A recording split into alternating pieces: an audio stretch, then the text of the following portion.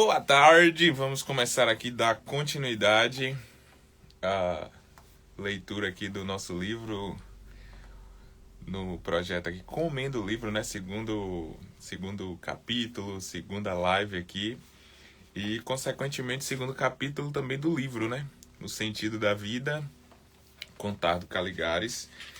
Lembrando rapidamente o que a gente viu no episódio anterior, né? A gente leu o primeiro capítulo, o prefácio e o primeiro capítulo, de título Felicidade, uma preocupação desnecessária, onde Caligares primeiro, né, convida a gente a refletir a respeito do que seria uma vida feliz, consequentemente o que seria felicidade também. Em seguida ele traz um pensamento a respeito do que seria a felicidade a partir do ponto de vista de Aristóteles. Traz também uma questão a respeito daquela tradicional pergunta, né? Aquela saudação que a gente tem aqui no Brasil, né? No português brasileiro, um oi, tudo bem? Pressupondo já que a outra pessoa vai responder que está tudo bem.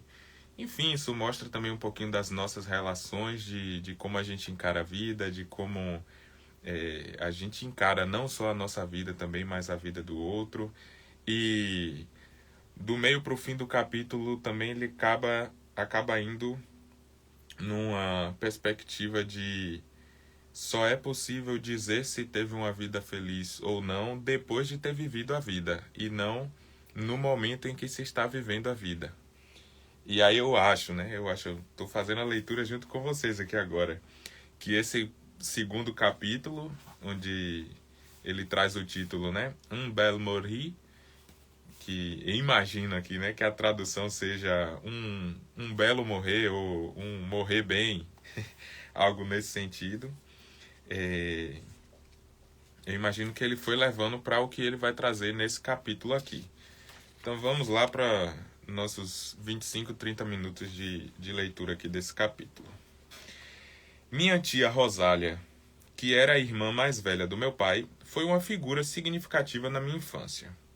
Ela era professora de latim e grego, de letras clássicas, como se diz, e nunca se casou.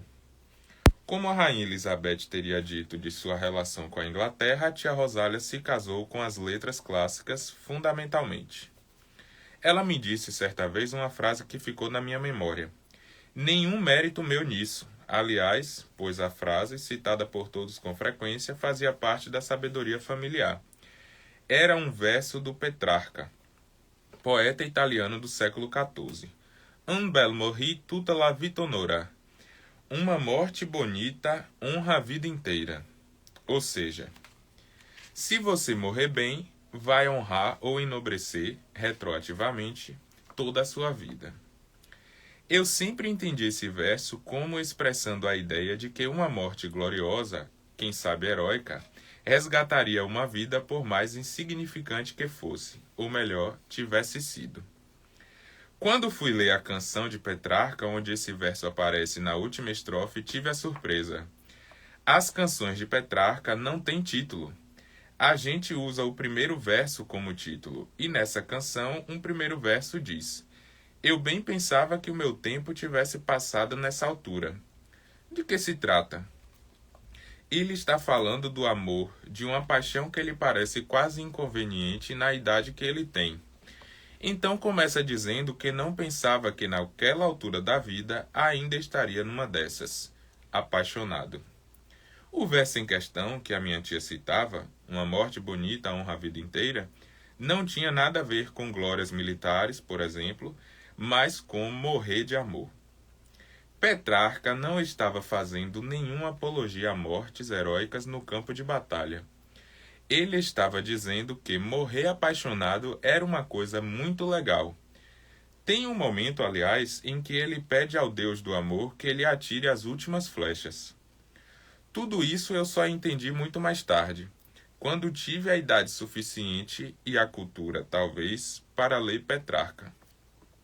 No começo, a frase da tia Rosália significava que uma morte bonita podia tornar honrosa e honrada uma vida inteira.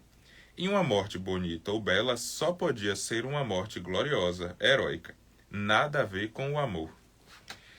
Minha família, como muitas outras, tinha uma certa variedade de ideias de referência.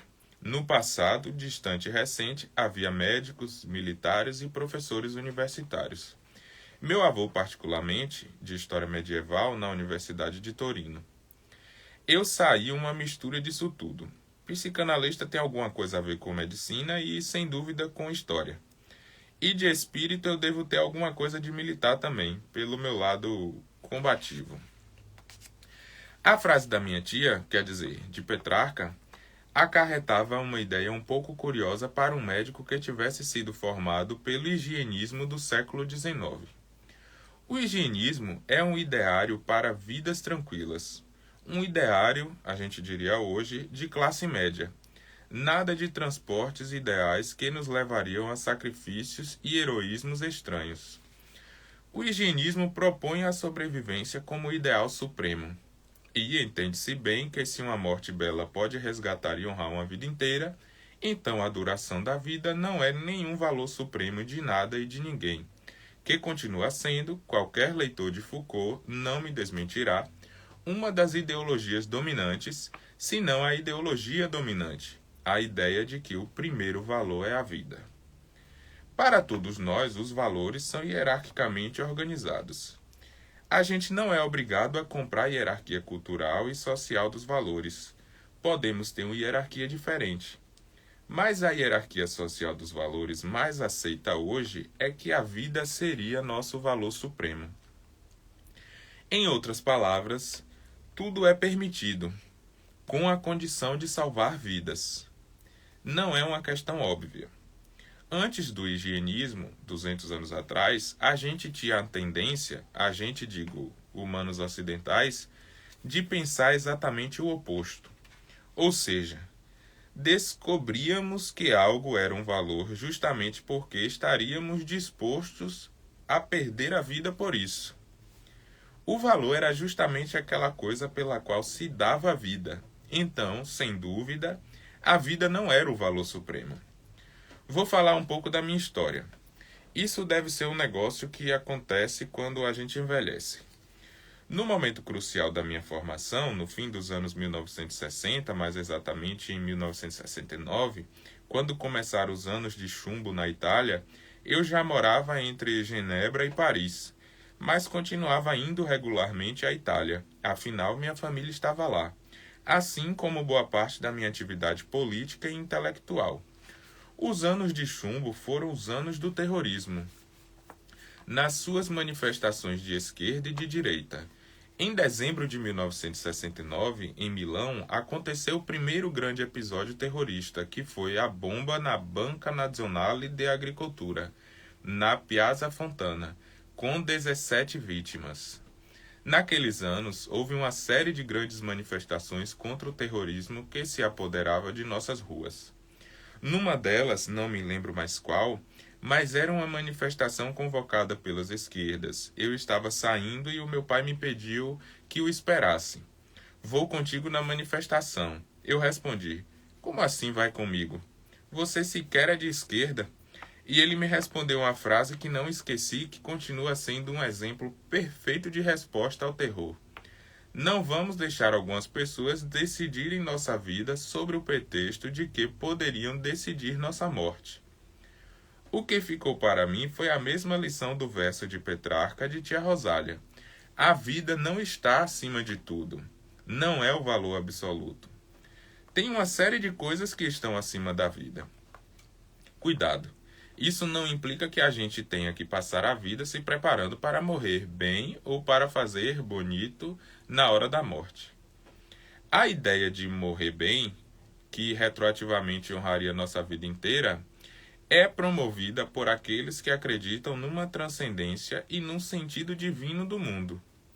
Para eles, o que realmente importa é o que acontecerá na nossa morte e depois dela.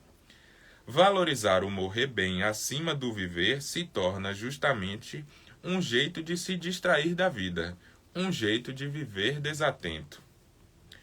O que nos impede de aproveitar a vida, o que impede o prazer, é se distrair da vida e se desapegar dela. O truque do arrependimento de última hora, por exemplo, você se arrepende, chega um arcanjo e te leva para o paraíso, tem esta função, o desapego. Para mim, para minha família e para a frase de tia Rosália, a ideia de uma morte bonita não era um tópico de preparação e muito menos era justificada pela espera de uma recompensa divina. A morte bonita era só um jeito de terminar, eu diria, com elegância.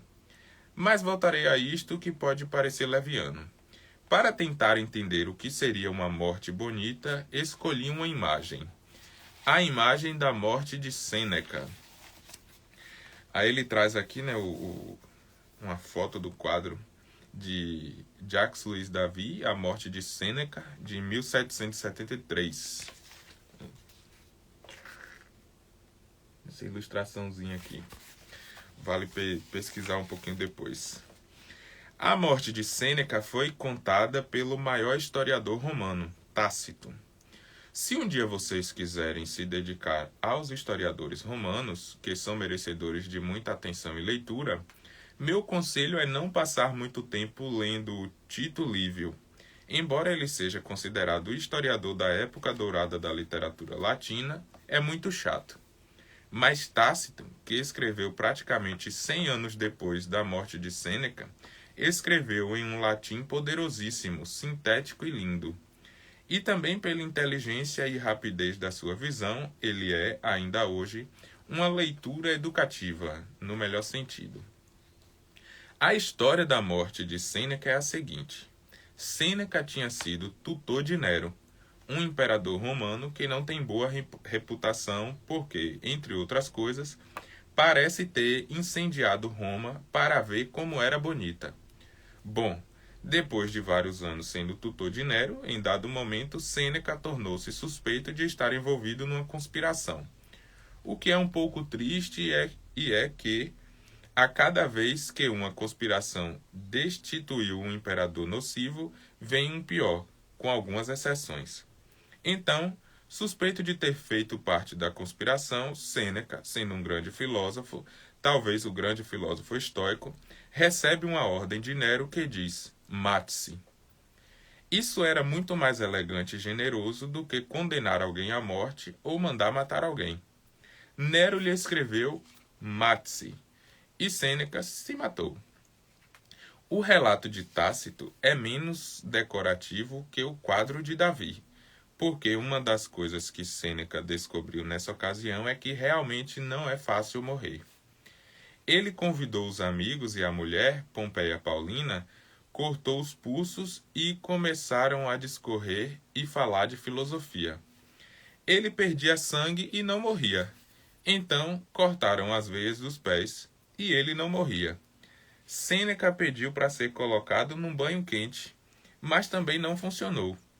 Em dado momento, a esposa de Sêneca decidiu que se mataria com o marido e cortou os pulsos. Alguém informou o imperador Nero de que Sêneca estava se matando e que Pompeia Paulina também cortara os próprios pulsos. Mas Nero achou que não era uma boa ideia e decretou: não, a mulher não. A mulher não porque ficaria mal. Os romanos simpatizariam com ela. Então Nero mandou arrancar Paulina de lá à força e salvá-la da morte. Todos os filósofos helenísticos, aquele grande núcleo de pensamento filosófico que começa depois de Aristóteles e chega até os primeiros... O que houve?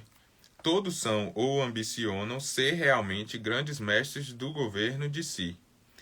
O ideal que eles têm claramente na cabeça é como governar a nós mesmos. É o ideal de autocontrole. E essa cena é exemplo disso.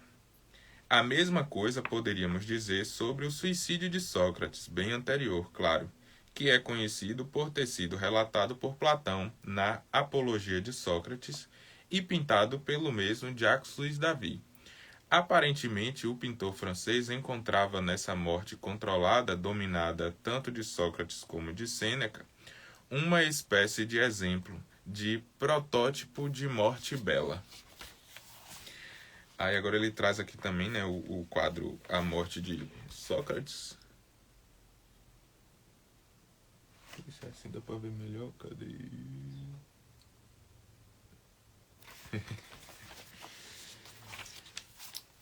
Nos dois casos, o que temos é a convicção de que a condenação ao suicídio era injusta. Mas, acima dessa convicção, há, tanto em Sêneca como em Sócrates, uma grande certeza de que as instituições são mais importantes do que eles.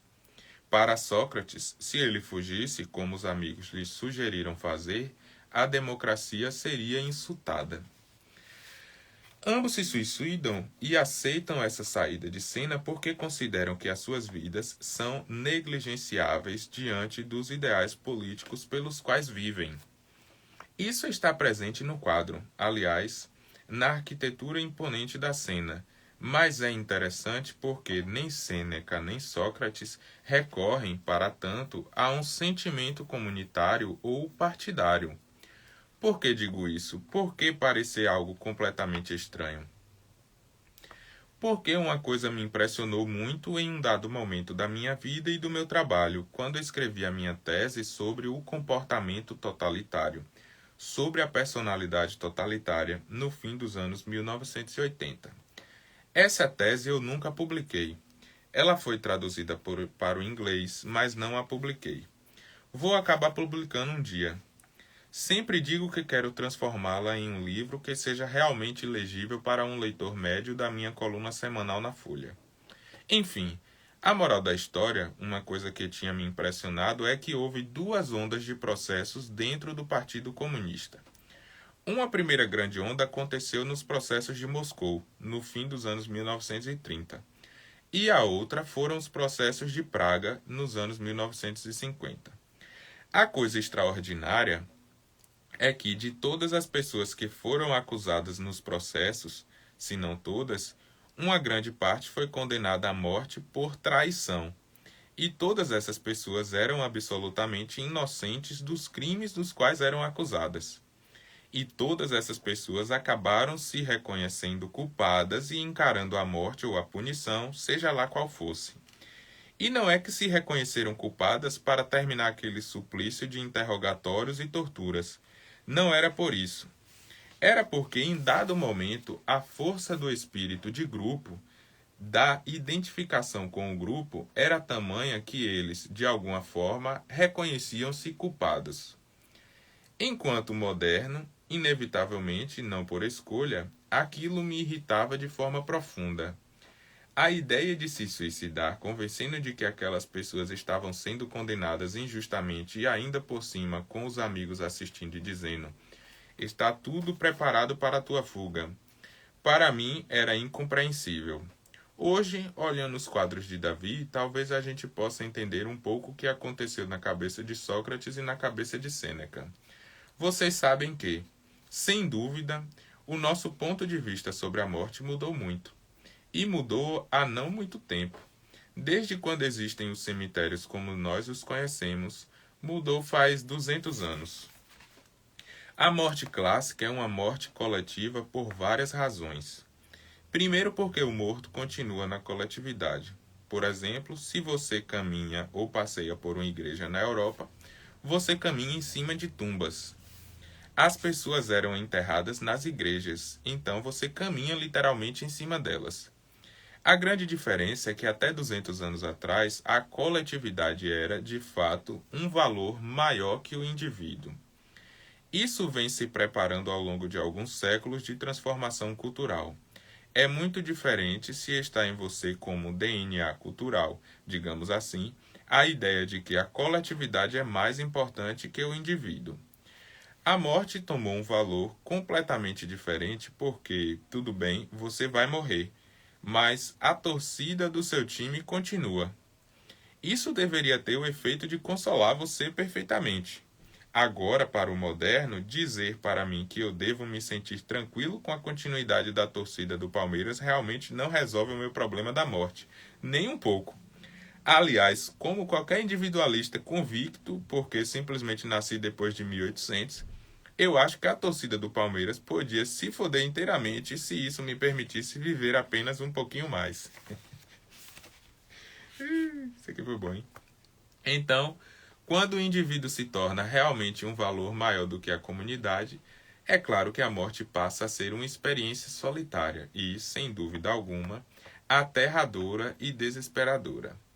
Por isso, o indivíduo moderno, e moderno vale para os últimos 200 anos, tem uma relação conturbada e atormentada com a transcendência, porque o caráter efêmero da vida é uma coisa que encaramos sozinhos. Eu tive sorte de estudar a história da filosofia no colégio, que é quando se deveria começar a estudar a história da filosofia. E com um excelente manual de história da filosofia, o manual do professor Dalprat. Depois disso, também tive a chance de escutá-lo como professor na faculdade. Pelo menos no primeiro ano que cursei em Milão. Tanto o livro como o curso se pareciam com tratados de psiquiatria dos anos 1920. Ou seja, a exposição de uma série de figuras altamente psicopatológicas, que deliravam de maneira grave, não medicadas e livremente, o que era interessantíssimo por causa daquilo, mas era realmente delirante. Me ficou isto, que as grandes aventuras do pensamento ocidental até hoje, no fundo, têm a marca de algum tipo de patologia mental ou de algum tipo de particularidade subjetiva. Se vocês não quiserem usar esse tipo de termo meio pesado, muitas pessoas não gostam pela mesma razão. As psicopatologias. Mas se, no fundo, você acha isso muito moderno, ou é alguém que não consegue conciliar a valorização do indivíduo, não pode escapar ao caráter efêmero da vida. Então, a vida se transforma numa espécie de situação permanente de medo diante da transcendência de Deus, que primeiro esperamos que esteja lá e, depois, não esperamos que esteja, porque, se está, ele nos julga. Enfim, Sêneca e Sócrates não estavam nessa. As culturas grega antiga e romana não são culturas nas quais haveria propriamente recompensa ou castigos finais. Não tem a ideia de um julgamento no encontro com Deus. Não. Essa ideia é completamente ausente da cabeça de Sócrates, assim como da de Sêneca. Então, em termos psicológicos modernos, eles constroem uma pequena coletividade para participarem de sua morte como uma experiência que vão viver entre amigos. Certamente há outros elementos. Eles podiam pensar também que a morte deles teria valor vingativo, como envergonhar Nero no caso de Sêneca ou a democracia ateniense no caso de Sócrates. De certa forma, eles tiveram uma revanche, porque Sêneca ficou, na nossa lembrança, certamente melhor que Nero, e Sócrates melhor que os 3 cretinos que o denunciaram e cujos nomes são totalmente esquecidos. É preciso retomar o texto de Platão para saber como se chamavam. Então, agora pensem bem. E esta é uma pergunta que nos faz dar um salto de 2000 anos. Será que eles teriam força para encarar a situação na qual se bebe a cicuta, que parece muito amarga, ou então em que cortam os próprios pulsos? Será que encarariam essa situação se não tivessem convidado seus amigos? Quando você olha esse quadro, vê que os amigos não intervêm. No caso de Sócrates, no sentido de dizer: olha, se você quiser fugir, tem um carro lá fora. E não tentam nada fisicamente para que Sócrates não se mate ou para que Sêneca não se mate. De certa forma, é como se a presença dos amigos servissem para que eles tivessem a força de ânimo necessária para morrer. Ou seja, nisso eles são muito próximos da gente. Porque, sejamos sinceros, eles não chamam os amigos só para falar de filosofia. Chamam porque o olhar dos amigos é o que os mantém, os dois, na grandeza suficiente para poder encarar a sua própria morte. Traduzindo em termos de hoje, é como se Sêneca e Sócrates fossem 2 influenciadores de internet que estão transmitindo sua morte ao vivo. E essa transmissão ao vivo é o que sustenta a sua morte e lhes dá o ânimo para continuar. Isso aqui é curioso, me fez lembrar de alguns episódios que Os estudiosos, né, da área psi, principalmente da área de suicídio, têm falado a respeito dos famigerados, né, suicídios assistidos, que são suicídios transmitidos, né, por transmissões ao vivo em redes sociais. Mas eu não sei se eles se encaixam nesse mesmo contexto aqui que Caligari está tentando tratar a respeito desses suicídios assistidos de Sêneca e de Sócrates, né? Vamos lá. Desse ponto de vista, a história, por exemplo, dos suicídios de adolescentes transmitidos ao vivo no blog deles é realmente perigosa, porque o olhar dos outros é que dá força. Não posso esquecer uma jovem paciente que chegou para mim muito tempo atrás na sua 6ª ou 7ª tentativa de suicídio. Nunca mais conseguiu se matar, mas foi até 11 tentativas. Nunca conseguiu se matar, mas foi até 11 tentativas.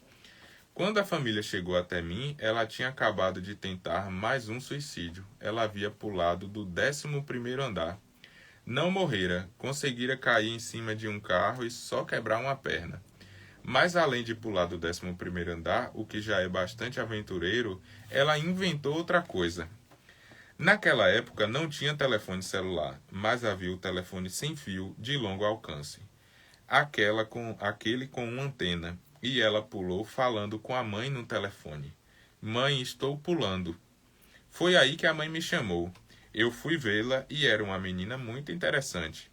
Mas era só para dizer que, certamente, a voz da mãe era tudo de que ela precisava para se manter na decisão de pular. É muito interessante que os quadros de Davi são um paradigma de que na cultura grega popular existe uma beleza, digamos assim, que se confunde com o valor moral. Há uma expressão grega completamente corriqueira que diz bonito e bom ou belo e bom. É muito interessante porque depois os transcendentes se complementariam. Seria preciso que as coisas fossem bonitas, boas e verdadeiras, mas, a essa altura do campeonato, bonito e bom são praticamente coisas que coincidem. E mesmo assim não é ainda o nosso belo habitual. Outro tema que poderíamos usar aqui, que certamente foi usado, é elegante. Não no sentido da moda, mas no sentido de uma certa grandeza. É complicado dar esse salto e começar a pensá-lo. A coisa extraordinária é que é como se Sêneca, morrendo, estivesse dialogando conosco hoje. Há um salto de 1750 anos entre a morte de Sêneca e o quadro de Davi. Mas o quadro parece esquecer esse tempo que nos afasta do mundo clássico, justamente porque não fala nada de transcendência. Ninguém está se preocupando com Deus nessa história, nem com os deuses do Olimpo, latim ou grego, que seja. Não, o momento são os amigos. É a separação de um amor. Eles vão se separar, mas não é um quadro de temor e medo, porque vão encontrar o julgamento supremo. Não tem nada disso. É uma elegância que garante a dignidade. E tem uma coisa moralmente boa nessa dignidade e nessa elegância, como se tivesse uma espécie de apreciação ao mesmo tempo estética e moral. Aqui vou dar um primeiro salto, porque quero terminar rapidamente para que a gente possa continuar sobre um tópico que é a continuação disso. Vou dar um primeiro salto só para lembrar o seguinte. O momento histórico em que é possível pintar esse quadro, ignorando uma tradição de quase 1700 anos, sobretudo dos últimos 300 ou 400 ou 500 anos, visto que uma pintura sempre interroga a nossa relação com a transcendência e a ausência da transcendência está na própria composição. É exatamente o mesmo momento em que surge no pensamento ocidental a questão do que é uma experiência estética. Exatamente nesse momento chegam as primeiras respostas sobre o que é uma experiência estética e todo o século XVIII produz uma quantidade de textos sobre isso. Deixa eu ver se falta muito aqui. Não, falta um cadinho ainda, hein? Existe, eu acho, uma relação grande entre a antiguidade clássica, homens do tamanho de Sêneca e Sócrates, por exemplo, e o fim do século XVIII, época em que eles podem ser retratados por Davi como algo que é parecido com a grandeza deles. O que se separa? O final do século XVIII é o momento do que eu chamo de brecha. É o momento em que, depois de 17 séculos de cristianismo, ou do tipo de cristianismo que acabou triunfando, porque o cristianismo poderia ter sido totalmente outro, mas muito se lutou para que não fosse, 17 séculos de cristianismo sugerindo que a vida se medisse por uma transcendência, seja ela qual fosse. Por exemplo, que a nossa vida fosse uma prova para a nossa eternidade depois da morte, trocando de alguma forma a ideia de que, se nós não seguíssemos essa indicação, seríamos para sempre viúvas de uma transcendência perdida, num drama subjetivo que povoou também os 2 últimos séculos. Mas, de alguma forma, isso cai por terra e quase todo o existencialismo é torturado pela ideia de uma transcendência perdida, de um Deus que não nos vê, de um Deus que não nos fala. Então, nesse período, houve a vitória de grandes religiões exclusivistas e missionárias, que ainda hoje se encaram, o cristianismo e o islã. Só podem se encarar porque ambas são exclusivistas e missionárias, convencidas de que têm que decidir em que os outros acreditarão. Então, quem sobrou tentando inventar uma vida na imanência? Quem sobrou com essa herança clássica e iluminista propriamente? Quem sobrou foram os psicoterapeutas. Por quê? Se tem uma coisa que todos os psicoterapeutas têm em comum, é que a especialidade do psicoterapeuta é buscar entender como valorizar a vida concreta sem precisar de uma transcendência. Ou seja, sem recorrer a valores externos à vida concreta do paciente. Sem esse princípio, você não tem psicoterapia, você tem uma forma ou outra de boçalidade. Boçal é o cara que quer que o outro goze do jeito que ele pensa que é certo. Todas as psicoterapias só têm esta ambição: buscar entender como, na vida concreta do paciente, é possível descobrir alguma coisa que a valorize. Não fora da vida concreta do paciente, mas nela mesma. É por isso que a terapia acaba sendo um trabalho quase estético, um trabalho de recriação narrativa de uma vida, que dá atenção a uma vida de tal forma que ela se valoriza. Desse ponto de vista, como isso aconteceu, que nós nos encontramos de repente, depois de 200 anos desde a brecha, que chamei assim, desde aquele momento em que parecia que talvez os ideais dos clássicos Sêneca e Sócrates nos dessem a capacidade de viver na imanência, de prestar atenção à vida que realmente está acontecendo. E aquilo parecia voltar, como é que de repente não parece tão óbvio nem tão fácil que a gente volte a se interessar pela nossa vida concreta. Como isso aconteceu eu não sei, mas o meu veredito, e é por isso, sem dúvida, que escrevo este livro, é que só vai piorar. Ótimo, hein, Caligari? É a única coisa garantida. E é sempre bom pensar assim, porque vai que melhora. Aí a gente vai ficar bem contente. Mas digo que só vai piorar porque não estamos em um acidente de percurso. É que justamente por causa da brecha que aconteceu, por causa desse momento em que o indivíduo voltou a respirar de alguma forma, a poder prestar atenção e olhar para a sua vida concreta, justamente por causa disso a reação contrária é infinitamente maior. Pense bem. Não aconteceu nas trevas da Idade Média, mas em plena Renascença, no momento em que filósofos extraordinários escrevem, pensadores criam a República das Letras, intelectuais europeus trocam cartas, o materialismo de novo tem a palavra, alguém entendeu o que Demócrito queria dizer, tudo isso volta. Uma incrível capacidade de pensar. Bem, naquele momento o cristianismo é tomado por uma tremenda sanha missionária assassina.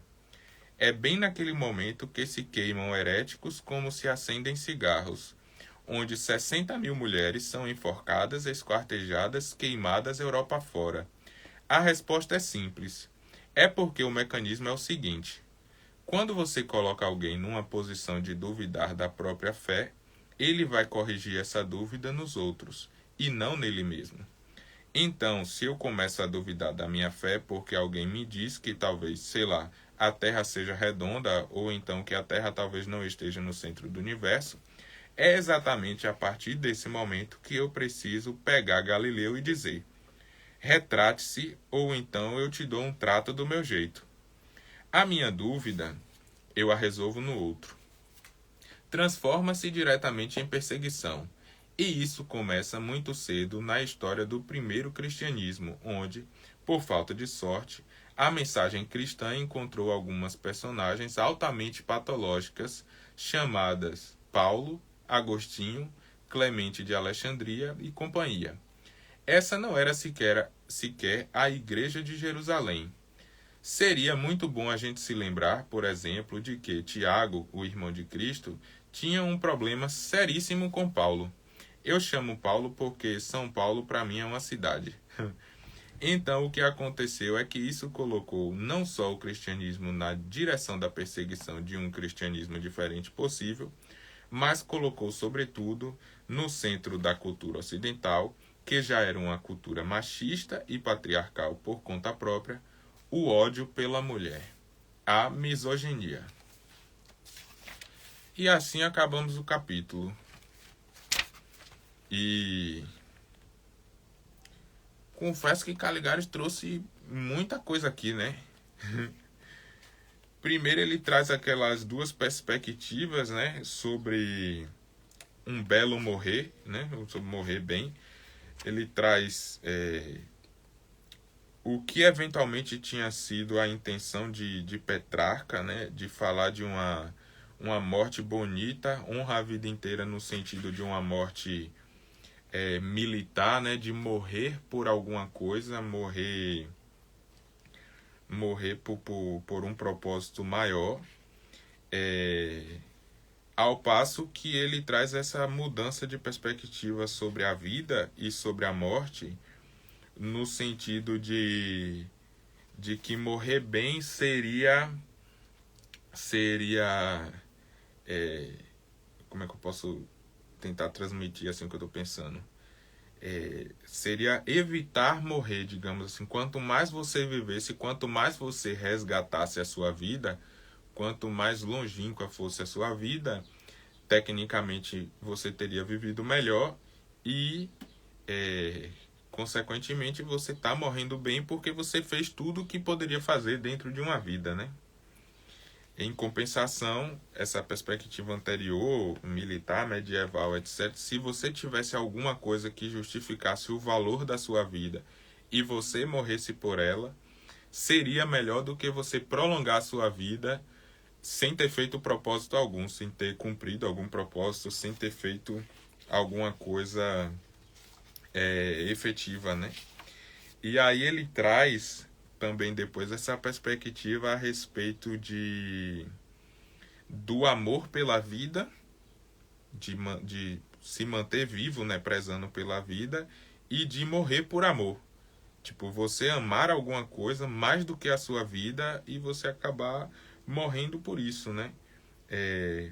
Talvez eu tenha entendido esses suicídios aqui de Sêneca e de Sócrates nesse sentido, em que ao invés deles prezarem pela vida deles, de tentar fugir, de tentar algum desvio, eles, no caso de Sêneca, né, um amor maior por Nero, pela estrutura ali política em que ele vivia, e Sócrates, no caso, um amor maior pela democracia, né? Eles deram a vida em prol disso. E no final também aqui ele vai, né, assim, sintetizando, pontuando algumas vezes no texto a respeito da transcendência e também dessa perspectiva de esperar alguma coisa ou não depois da morte, como no caso, né, de uma visão judaico-cristã, de uma vida que justifique uma boa vida depois da morte. E nesse final aqui, eu não entendi muito bem onde ele queria chegar, se tratando disso, colocando o cristianismo e eventualmente aqui as diferentes possibilidades de cristianismo que poderiam ter existido caso o cristianismo que persistiu, né, que resistiu e e que se disseminou durante os anos não fosse esse cristianismo de perseguição de uma cultura ocidental, machista, patriarcal, que propagou o ódio pela mulher, né? A misoginia. Essa parte aqui eu confesso que eu não entendi muito bem a ligação com o capítulo, mas talvez no próximo ele dê alguma explicação sobre isso. O próximo capítulo é o maiorzinho aqui do livro, aí talvez a gente vai ler ele em 2 lives, muito provavelmente. Vamos ver. Obrigado, né, a quem assistiu aqui na live, mesmo quem não ficou até o final, mas quem assistir depois também, quem reprisar a live aqui depois também. Obrigado, espero que estejam gostando da leitura. A gente se encontra novamente para esse projeto aqui na segunda-feira, 12:30. E a reprise, né, a qualquer momento, tanto no meu Instagram quanto no YouTube. A gente está colocando também essas lives do Comendo Livro no YouTube, para assistir quando quiser. Um abraço, até a próxima.